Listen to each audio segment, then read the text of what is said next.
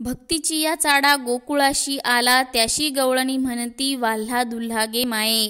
आवडीच्या सुरवाडे परब्रह्म सुरवाडे, त्याशी गवळणी खेळविते लाडे कोंडे गे माये.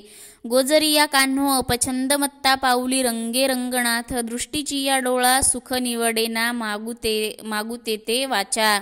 वर्णावी केवी आता रया, अठुले लोळिया ढाळ देती कानी, मुक्ते खेवनी हरिश्रवणी. अंतरीची या सुखा प्रगट दाविती देखा, ललाटी झळकती रेखा रत्नजडित पत्रे माथांगे माये. युगबंधू दिधला तैसा दोंदिला मिरवला, नाभी कमळी प्रकाश झाला परमेष्टी. कटीतटी कडदोरा साजे त्या सुंदरा, वेगू तरुणेपुरा वेदू मानसी वसेगे माये. श्रुतीचे निसमागमे पाऊले गोजिरी, घागुरली प्रेम नेपुरे कैसी वोप देती. अंदू वाकी वाळे पाय करी बेंबिले, मुनिजनांचे सुख सोहळे पुरवितसे गे माये. ऐसा आपुले लिळे आपणासींच खेळे, गवळणी भरुणिया डोळे कैशा पाहता ती. अवघे कृष्णरूप भरलेसे मानसी, बाप रखुमा देवी वरेंसी मिळूनी गेल्या गे माये. भक्तांसाठी तो कृष्ण गोकुळाला आला, त्या गवळणी लाडाकोडाने रक्षहर्ता वाल्हा दुल्हा म्हणतात. ते सुखरूप परमात्म तत्व आवडीने कृष्णरूप घेऊन आले. त्याला गवळणी लाडीवाळपणे खेळवतात.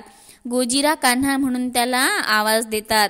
त्या रंगनाथाच्या पाऊलात रंगून जातात.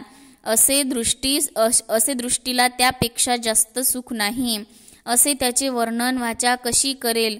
आठुळे लोळियासारखी कर्णभूषणे कानात घातलेली आहेत. ते त्यांच्या अंतरीचे सुख प्रगट करून दाखवतात. कपाळावर गंधरेखा झळकते व माथ्यावर रत्नजडित पिंपळपान डोक्यावर शोभते. कंबरपट्ट्यामुळे कमरेला शोभा आली आहे, तसाच करगोटाही शोभतो. नाभी कमळात ब्रह्मतेज आहे. अशा कृष्ण रूपाचे निंबलोन उतरावे अशी आस मनाला लागली आहे. पायातील घागुऱ्या व नुपुरांचे आवाज श्रुतीसारखे आहेत. अंदुवाकीसारखे दागिने त्यांनी घातले आहेत.